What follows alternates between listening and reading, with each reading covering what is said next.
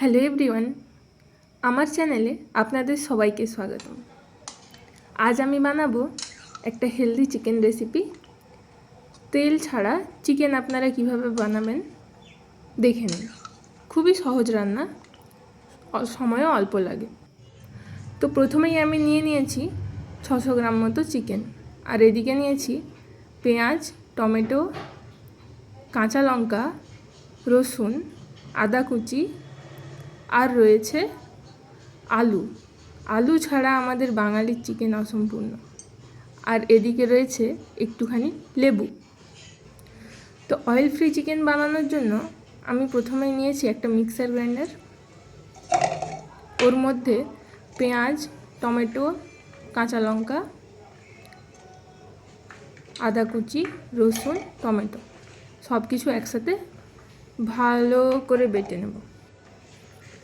আপনারা কিন্তু যারা ডায়েট করছেন তারাও এই রেসিপিটা ট্রাই করতে পারেন। শরীরের জন্য খুবই হেলদি একটা রেসিপি, আর খুব অল্প সময়ে রান্নাও হয়ে যায়, খুব বেশি সময় লাগে না। তো চলুন আমি প্রথমে মশলাটা বেটে নিই।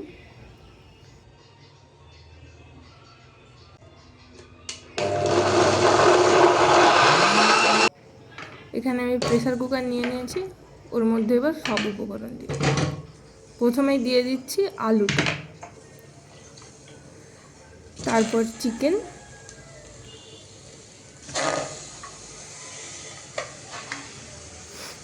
এবার আমি ওর মধ্যে দিয়ে দেবো বেটে রাখা যে মশলাটা করে রেখেছিলাম, এর মধ্যে দিয়ে দিচ্ছি। আর মিক্সার ধোয়া জলটা দিয়ে দিলাম। বেশি জল দেওয়ার দরকার নেই, কারণ প্রেসার কুকারে যতটা পরিমাণ জল দেবেন অতটা পরিমাণে থেকে যাবে। এবার দিচ্ছি হলুদের গুঁড়ো,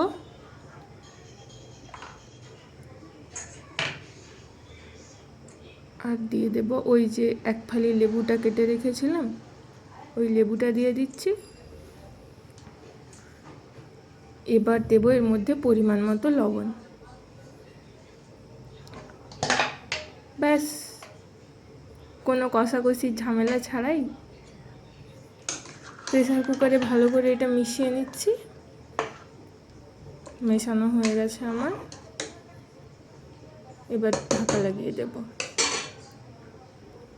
একটা সিটি পড়লেই আমাদের চিকেন রেডি।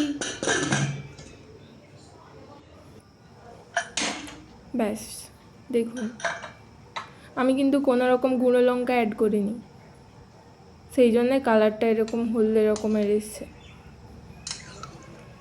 খেতে কিন্তু দারুণ হয়েছিল। আজকে একটু কলমি শাকের ভাজা করেছিলাম, ওটা আর তেল ছাড়া চিকেন, ব্যাস জমে গেছে। আপনারাও এভাবে বানিয়ে খেতে পারেন।